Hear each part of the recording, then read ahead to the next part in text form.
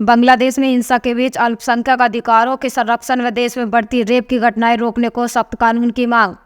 शहर मुफ्ती ने कहा, बांग्लादेश में अल्पसंख्यक हिंदुओं पर अत्याचार इस्लाम के हिसाब से गलत। नगर की मस्जिद रहमानी में शहर मुफ्ती शाह आलम ने कहा कि इस्लाम के एतबार से बांग्लादेश में जो कुछ हो रहा है वो गलत है। अपने संबंधों के साथ ही मुफ्ती साहब ने बांग्लादेश और भारत के अमन व अमान के लिए दुआ कराई एवं बंगाल, उत्तराखंड, मेरठ आदि में रेप की घटनाओं का उल्लेख करते हुए कहा कि ऐसे लोगों को कड़ी से कड़ी सजा मिलनी चाहिए। नमाज जुमा के बाद शहर मुफ्ती शाह आलम ने बागपत शहर के मुसलमानों को जोर देकर बांग्लादेश में जो हो रहे अल्पसंख्यक समुदाय पर अत्याचार पर कहा कि यह सब इस्लाम के हिसाब से गलत है और हिंदुओं में बढ़ते हुए बलात्कार केसों पर सख्त से सख्त कानून बनाने की भी पुरजोर मांग है। शहर मुफ्ती ने कहा, धार्मिक नेताओं को मस्जिदों से यह घोषणा करने की जिम्मेदारी लेनी चाहिए कि अल्पसंख्यकों की रक्षा के लिए स्थानीय पहल हो। बांग्लादेश में छात्रों के नेतृत्व वाले विरोध आंदोलन ने देश के भीतर गहरी निराशा और बदलाव की मांग को रेखांकित किया है, लेकिन इस वैश्विक युग में